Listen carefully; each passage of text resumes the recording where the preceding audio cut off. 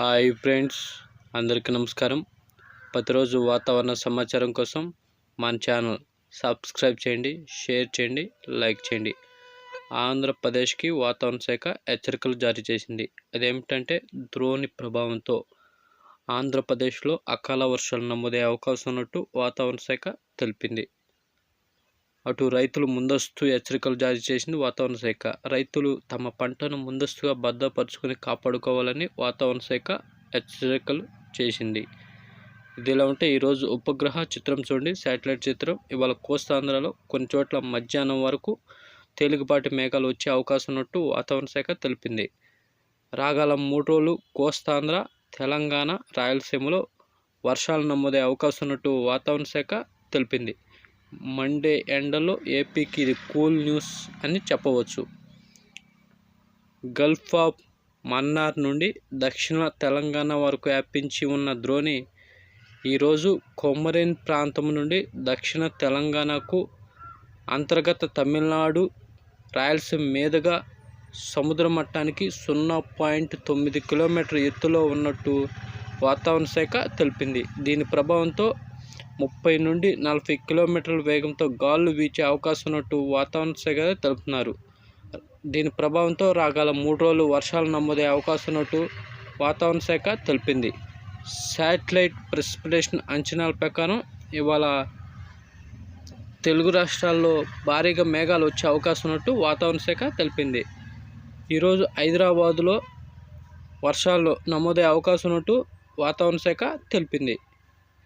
ఇదిలా ఉంటే ఈరోజు రాయలసీమ ప్రాంతమైన అనంతపురం జిల్లా, కర్నూలు, హిందూపురంలో అక్కడక్కడ ఈరోజు మోస్తరు వర్షాలు నమోదయ్యే అవకాశం ఉన్నట్టు వాతావరణ శాఖ అధికారులు అంచనా వేశారు.